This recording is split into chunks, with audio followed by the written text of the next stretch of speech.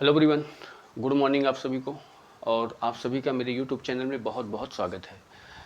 आज के हम इस वीडियो में बात करने वाले हैं जो सब इंस्पेक्टर और पुलिस की जो वैकेंसी है, जो आने वाला एग्ज़ाम्स है। तो इसमें मैथ के टॉप 10 क्वेश्चंस जो आपके एग्ज़ाम में बहुत मदद करेंगे। तो ये वीडियो बहुत ही खास होने वाला है, तो इसलिए आप वीडियो को अंत तक ज़रूर देखें और अपने दोस्तों को ज़रूर शेयर करें। वीडियो को लाइक शेयर सब्सक्राइब करें। तो चलिए स्टार्ट करते हैं। आज का प्रश्न एक पहला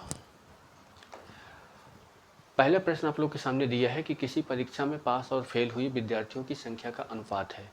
यदि 35 विद्यार्थी कम होते और 9 विद्यार्थी फेल हो गए होते तो यह अनुपात 2:1 होता, तो परीक्षा में बैठे विद्यार्थियों की कुल संख्या क्या है। बहुत ही प्यारा बढ़िया प्रश्न दिया हुआ है। तो यहाँ पे देखो विद्यार्थियों की संख्या का पास और फेल का रेशियो दिया है। तो सबसे पहले अगर हम बात करें तो यहाँ पे आपको पास रेशियो फेल दिया हुआ है कितना, 4:1, यानी हम इसको 4 और ये x, तो टोटल स्टूडेंट कितने हैं 5x। प्रश्न बोल रहा है कि यदि 35 विद्यार्थी कम होते तो टोटल अगर यहाँ पे 5x हैं और इसमें अगर 35 कम होते तो 35 क्या हो गए, माइनस हो गए। और 9 विद्यार्थी फेल हो गए थे, यानी पहले कितने फेल है, x, 9 और फेल हो गए, तो यानी टोटल कितने फेल हो गए, x + 9। तो पास कितने होंगे, तो पास की जो संख्या हो जाएगी अब, तो 5x - 35 माइनस x + 9, ये पास की संख्या हो गई। और फेल की संख्या हो जाएगी x + 9। तो इसका जो अनुपात है वो 2:1 है, यानी 2:1। यहाँ से करेंगे तो ये 4x हो गया, माइनस करेंगे तो ये 4x हो गया, ये भी माइनस हो जाएगा। तो 35 में से 9 को अगर हम ऐड करेंगे तो ये आपका हो जाएगा 44 डिवाइडेड बाई आपका x + 9 बराबर 2/1। ठीक है, माइनस हटाएंगे तो माइनस चला जाएगा मेरे भाई। ठीक है, अब यहाँ पे अगर हम इसको गुणा करें तो हमारा बन जाएगा ये 4x - 44 बराबर 2x + 18। ये इधर आ जाएगा तो 2x बचेगा और 44 इधर जाएगा तो जुड़ेगा। तो ये जुड़ेगा तो 4 और 8 4 12 हासिल आपका 1, 4 1 5 और 1 6। तो x की वैल्यू कितनी आ गई, 31। x की वैल्यू कितनी आई, 31। पूछ क्या रहा है, परीक्षा में बैठे विद्यार्थियों की कुल संख्या। कुल संख्या यहाँ पे कितनी है, 5x है। तो क्या हो जाएगा 5 × 31, तो ये हो जाएगा 5, 5 × 3 = 15, 155 विद्यार्थी जो है परीक्षा में बैठे हैं। तो ऑप्शन नंबर ए जो होगा ये करेक्ट हो जाएगा। ठीक है, चलिए बढ़ते हैं दूसरे प्रश्न में। बोल रहा है कि मोहन ने 70,500 रुपये में एक कार खरीदा, यानी कार खरीद रहा है 70,500 रुपये में। उसकी मरम्मत में 12,100 रुपये दे दिया, यानी 12,100 रुपये उसकी मरम्मत में दे दिया। बीमा के लिए 2,000 रुपये और चुका दिया, यानी बीमा के लिए 2,000 रुपये और दे दिया। तो टोटल कार कितने की पड़ जाएगी, तो 0 0 और ये 6, ये 4 और ये 8 है। इतने रुपए में उसने खरीदा है, तो ये जो है कॉस्ट प्राइस दिया है। इसके बाद उसने इतने में बेच दिया, तो यानी इसका जो सेलिंग प्राइस है वो कितना है, 87,138 रुपये। तो कितने परसेंट का लाभ होगा। तो प्रॉफिट निकालने के लिए क्या करेंगे, एसपी में से सीपी को क्या करेंगे, माइनस करेंगे। सीपी कितना है, 84,600, माइनस करेंगे तो प्रॉफिट निकल के आएगा 8, 3, 11 में से 6 जाएगा तो 5, यहाँ 6 में से आपका 4 जाएगा तो 2, 2,538 रुपये का लाभ हुआ। परसेंट पूछ रहा है तो 2,538 परसेंट पूछ रहा है, तो गुणे 100। और सीपी हमारे पास कितना दिया हुआ है, 84,600 रुपये। यहाँ से अगर हम इसको सॉल्व करेंगे तो 0 से 0 क्या हो जाएगा, कैंसिल हो जाएगा। अब इसको हमको क्या करना है मेरे भाई, इसको हमको डिवाइड करना है। इसको हमको डिवाइड करना है तो कितनी बार में डिवाइड हो जाएगा, 8 3 को 24, 6 3 को 18, ये कटेगा आपका 3 बार में, यानी आपका 3% का क्या होगा, प्रॉफिट होगा। तो ऑप्शन नंबर बी ये जो दिया हुआ है तीसरे पर, ये करेक्ट हो जाएगा, 3% का प्रॉफिट आएगा। चलो, एक आदमी यात्रा पर निकलता है, कुल 5 घंटे 15 मिनट में यात्रा करता है। कुल पहला पहला आधा भाग 60 किलोमीटर प्रति घंटे से, दूसरा आधा भाग 45 किलोमीटर प्रति घंटे से गति करता है, तो उसने कुल कितनी दूरी तय की। जब देखो यहाँ पे बात को समझोगे कि एक व्यक्ति यहाँ से यहाँ जा रहा है, टोटल डिस्टेंस कुछ होगी, मान लेते हैं टोटल डिस्टेंस 2x है, तो इसकी आधी कितनी हो जाएगी x, और ये आधी कितनी हो जाएगी x। पहले जा रहा है आधा भाग वो 60 किलोमीटर प्रति घंटा, फिर आधा जा रहा है 45 किलोमीटर प्रति घंटा, और उसको कुल समय जो लगता है वो 5 घंटे 15 मिनट का समय लगता है। 5 घंटे 15 मिनट, 5 घंटे 15 मिनट, 5 घंटे 15 मिनट का मतलब होता है कि 5 घंटे हो जाएगा प्लस 15 मिनट 1/4, 5 को 20, 21, 21/4 घंटे हुआ। तो पूछ रहा है टोटल डिस्टेंस कितनी है। तो इसको बनाने के लिए आपका देखो क्या कर सकते हैं कि डिस्टेंस अगर आपको निकालना है तो आप यहाँ पे मेरे भाई क्या कर सकते हैं, ये आपका x बटे क्या हो जाएगा 60 प्लस ये x बटे क्या हो जाएगा 45, यानी दूरी बटे 4 बराबर टोटल टाइम के, तो ये 21/4 हो जाएगा। एलसीएम उठाएंगे तो एलसीएम 180 आएगा। 60 से 3 बार में तो 3x, 45 से 4 बार में तो 4x बराबर 21/4। 4 3 क्या बनेगा 7x बटे 180 बराबर 21/4, यानी 7 से इसको डिवाइड करेंगे तो 3 बार में, और यहाँ से 4 से डिवाइड करेंगे तो ये 45 बार में। 45 को अगर 3 से गुणा करेंगे तो x की वैल्यू क्या आ जाएगी 135, x की वैल्यू 135। तो हमको कुल दूरी निकालना है, तो 2 गुणे 135, तो 2 पंचे 10, 2 3 6 1 7, 2 1 कम 2, यानी 270 किलोमीटर। ऑप्शन नंबर सी हो जाएगा। 270 किलोमीटर की डिस्टेंस वो क्या करेगा, ट्रैवल करेगा। अगला प्रश्न दिया है कि दो समरूप त्रिभुजों की भुजाओं का अनुपात दिया है, तो उनके क्षेत्रफलों का अनुपात क्या होगा। तो आप यहाँ पे समझो कि अगर दो ट्रायंगल दिए हैं और उनकी भुजाओं का रेशियो दिया है, यानी ये 4 है तो ये कितनी है 9 है। अगर मैं मान लेता हूँ कि ये ABC एक ट्रायंगल है और ये PQR एक दूसरा ट्रायंगल है, और इनके क्षेत्रफलों का अनुपात निकालना है, तो समरूप त्रिभुज में होता है कि उनकी भुजाओं के वर्गों का जो अनुपात होता है वो क्षेत्रफल के अनुपात के बराबर होता है। तो अगर यहाँ से हम ट्रायंगल ABC, यानी यहाँ से ट्रायंगल ABC का जो एरिया अगर निकलेगा, और यहाँ पे ट्रायंगल PQR का जो एरिया निकलेगा, तो वो जो होगा इनकी भुजाओं के, यानी 4:9 के स्क्वायर का, तो ये बनेगा 4 चौक 16 और 9 ने 81, यानी 16:81, 16:81। ऑप्शन नंबर डी जो हो जाएगा वो करेक्ट हो जाएगा। ठीक है। अगला प्रश्न दिया है कि 60 मीटर लंबे तथा 42 मीटर चौड़े एक आयताकार के अंतर्गत खींचे जा सकने वाले सबसे बड़े वृत्त का क्षेत्रफल क्या होगा। तो इस प्रश्न को अगर मेरे भाई ध्यान दोगे कि एक यहाँ पे आपका दिया है रेक्टेंगल, एक आयत दिया है जिसकी लंबाई कितनी है 60, चौड़ाई कितनी है 42। तो हमेशा ये याद रख लो कि जब भी किसी आयत के अंदर सर्कल बनाओगे तो जितनी उसकी चौड़ाई होगी वही क्या बन जाएगा, इस सर्कल का डायमीटर, व्यास बन जाएगा। तो व्यास कितना हो जाएगा 42, तो रेडियस कितनी हो जाएगी 21। तो इसका हमको क्षेत्रफल निकालना है, तो क्षेत्रफल होता है πr², यानी 22/7, 21 × 21, 7 7 3 को 21, यहाँ पे गुणा करेंगे तो 3 63 गुणे क्या हो जाएगा 22। ठीक है, गुणा अगर करेंगे 2 3 6 आपका हो जाएगा, 2 3 6 आपका ये आ रहा है, तो आंसर क्या हो जाएगा 1386, ये आपका हो जाएगा आंसर हो जाएगा, इतना क्षेत्रफल आ जाएगा। ठीक है। यदि एक लंबवृत्तीय शंकु का वक्र पृष्ठीय क्षेत्रफल 40 पाई है तथा इसके आधार की त्रिज्या 5 इकाई है, तो ऊंचाई क्या होगी।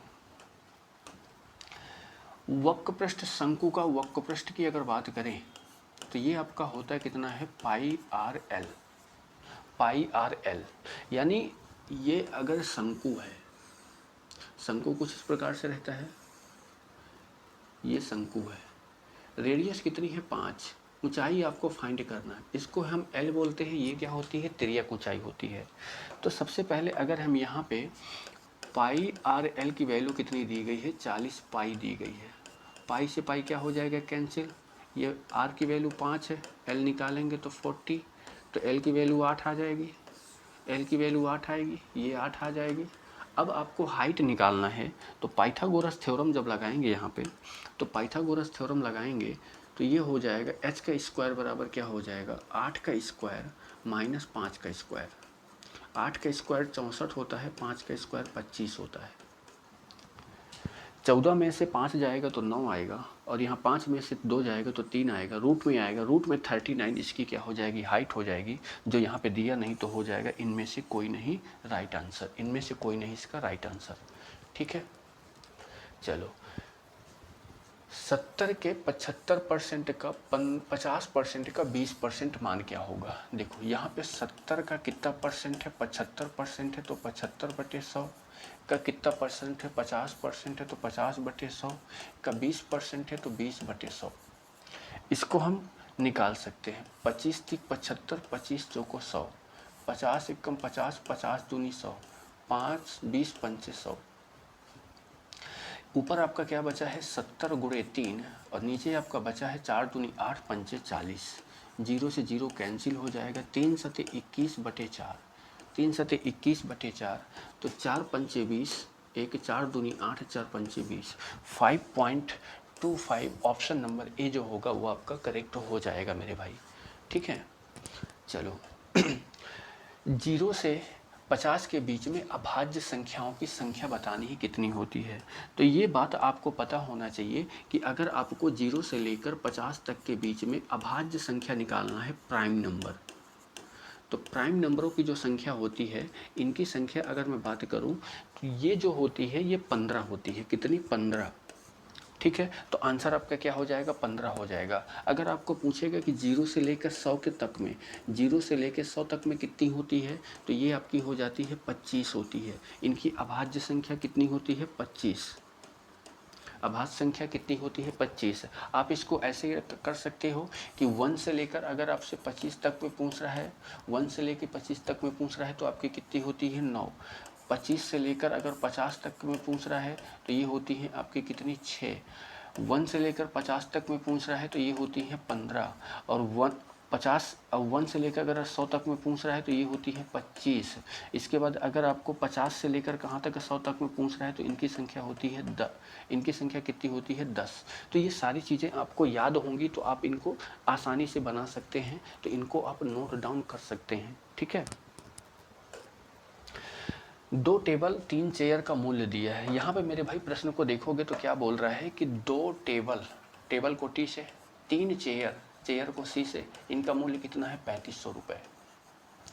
3 टेबल और 2 चेयर का मूल्य कितना दिया हुआ है, 4000 रुपये। तो एक टेबल का मूल्य बताना है। समीकरण आपका बन गया है। इन समीकरण को हल करने के लिए क्या करेंगे, हमको किसका टेबल का मूल्य निकालना है। टेबल का मूल्य निकालना है तो चेयर को बराबर करना पड़ेगा। तो यहाँ पे 2 कर देते हैं और यहाँ पे 3 कर देते हैं, तो ये हो जाएगा 4t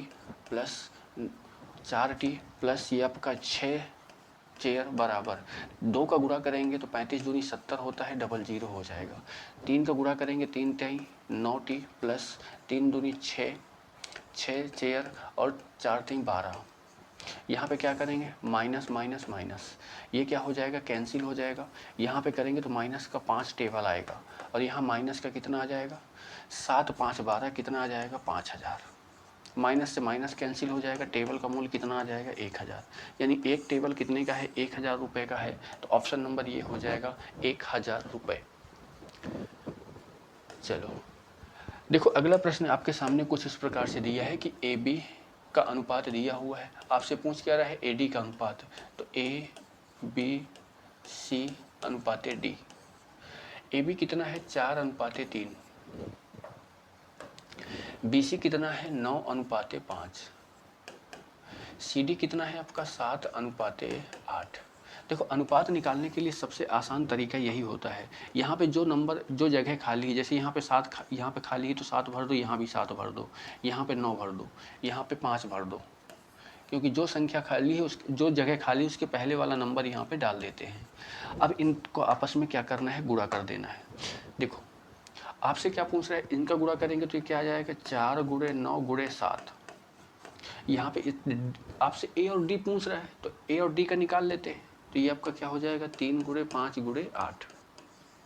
इन दोनों का अनुपात पूछ रहा है। अगर ये दोनों किसी से कट रहे हैं, अगर ये दोनों किसी से कट रहे हैं, जैसे यहाँ से 4, 4 दूनी 8, ठीक, 3, 3 3 9, तो ये क्या बनेगा, 3 सती 21, और ये क्या बनेगा, 5 दूनी 10। तो आपका क्या आ जाएगा, 21:10 आपका राइट आंसर हो जाएगा। ठीक, 3 धनात्मक संख्याओं में से पहली संख्या, पहली और दूसरी का अनुपात दिया है, दूसरी और तीसरी का अनुपात दिया है। देखो, पहली संख्या, दूसरी संख्या और तीसरी संख्या, पहली दूसरी का अनुपात कितना है, 5:2। दूसरी तीसरी का अनुपात कितना है, 5:3।